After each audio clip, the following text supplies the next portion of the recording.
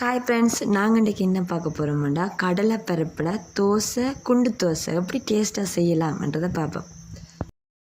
இந்த கடலைப்பருப்பு தோசை எப்படி செய்யலாம்ன்றதை பார்க்கலாம் வாங்க. பாத்திரம் ஒன்றுக்குள்ளே 1 கப் அளவு கடலைப்பருப்பை எடுத்துக்கொள்கிறேன். கடலைப்பருப்புக்குள்ளே 1 கப் அளவு தண்ணியை விட்டு நனைய விட போகிறோம். இந்த கடலைப்பருப்பு ஒரு 2 மணித்தியாலம் நனைஞ்சால் போதுமானதாக இருக்கும். இப்போ பார்த்தீங்களா, கடலைப்பருப்பு நல்லா ஊறி வந்துட்டுது.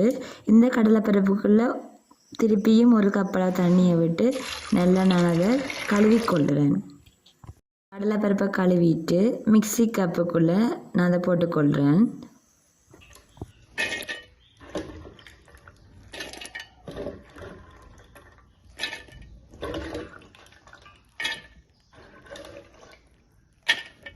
அதோடு சேர்த்து 1/4 கப் அளவு ரவையும் சேர்த்துக்கொள்கிறேன். ரவை சேர்த்தா இது நல்லா டேஸ்ட்டாக இருக்கும், அதுக்காண்டி சேர்த்துக்கொள்கிறேன்.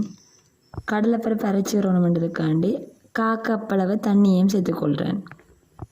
கடலைப்பருப்பு தோசை குயிக்காக எங்களுக்கு புளிச்சு வரணுன்றதுக்காண்டி ஒன்று சேர்த்துக்கொள்கிறேன்.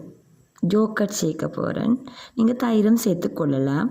நல்லா டேஸ்ட்டாகவும் இருக்கும், சாஃப்டாகவும் வரும். இதை நீங்கள் சேர்த்து செய்து பாருங்கள். எந்த சாப்பாடு இருந்தாலும் நாங்கள் எவ்வளவுக்கு சுவையை கூட்டுறோமோ அந்தளவுக்கு எங்களுக்கு சாப்பிட்றதுக்கு இதமாக இருக்கும்.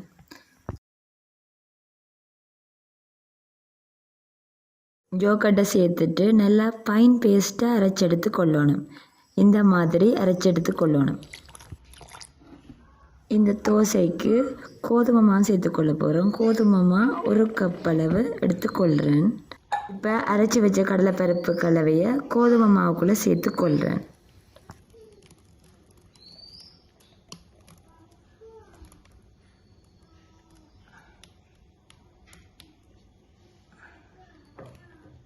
மிக்சி கப்புக்குள்ளே கொஞ்சம் தண்ணியை விட்டு கரைச்சிட்டு இப்போ நாங்கள் மாக்கலவைக்குள்ளே அந்த தண்ணியை நாங்கள் சேர்த்து குழைச்சி கொள்ளலாம்.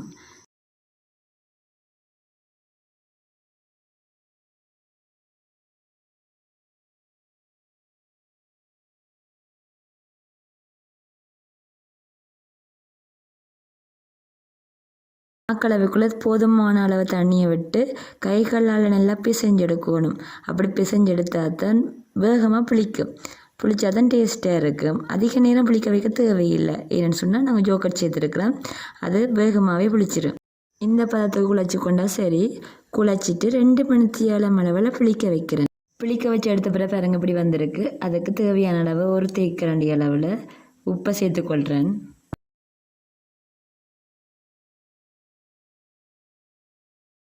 இந்த மாவை திருப்பியும் குழைக்க போகிறேன். அதுக்கு கொஞ்சமாக 2ஆம் பால் எடுத்து வச்சுக்கிறேன். அதில் குழைச்சி கொள்கிறேன். குழைச்ச டேஸ்ட் இன்னும் கூடவே இருக்கும், அதுக்காகத்தான் பாலில் குழைச்சி கொள்கிறேன். மாவை நல்ல தோசை மாப்பதத்துக்கு குழைச்சி எடுத்த பிறகு இப்போ அடுப்பில் குண்டு தோசை சட்டியை வச்சுட்டு இப்போ நாங்கள் குண்டு தோசையை சுட்டுக்கொள்ள போகிறேன். அதுக்கு முதல்ல குண்டு தோசை சட்டியை நல்லா சூடாக்கி போட்டு கொஞ்சமாக நல்லெண்ணெய் விடணும். நல்லெண்ணெய் தான் இதுக்கு டேஸ்ட்டை கொடுக்குறது. நல்லெண்ணெய் விட்டு தான் நாங்கள் சுட்டெடுக்க போகிறோம். குண்டு தோசையை முதல்ல நாங்கள் சுட்டெடுப்போம். நல்லெண்ணெய் சேர்க்குறது உடலுக்கு ஆரோக்கியமாக இருக்கும். நல்லெண்ணெய் சேர்த்து இந்த குண்டு தோசையை சுட்டுக்கொள்ளுவோம்.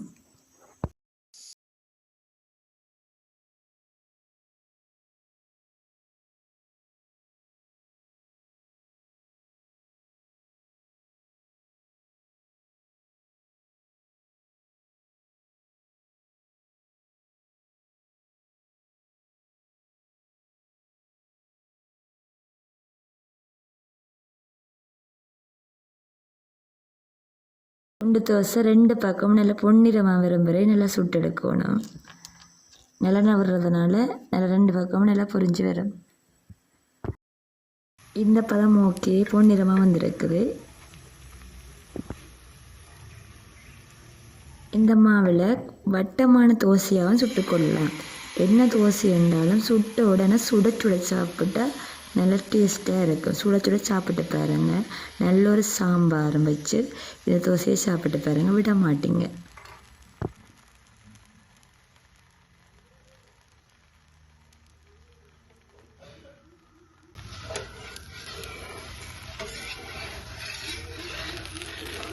பார்த்தீங்களா எப்படி தோசை வந்திருக்கு, நல்ல கோல்டன் ப்ரௌன் கலரில் வந்திருக்கு. அதே மாதிரி நல்ல சாஃப்டாகவும் இருந்துச்சு. இந்த தோசையை நீங்கள் ட்ரை பண்ணி பாருங்க. ட்ரை பண்ணி பார்த்து சாப்பிட்ட பிறகு எனக்கு கமெண்ட் பண்ணுங்கள் எப்படி இருந்ததுன்னு சொல்லி.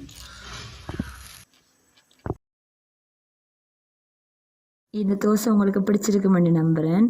பிடிச்சிருந்தால் லைக் பண்ணுங்கள், மறக்காமல் சப்ஸ்கிரைப் பண்ணி விடுங்க. தேங்க்யூ ஃபார் வாட்சிங்.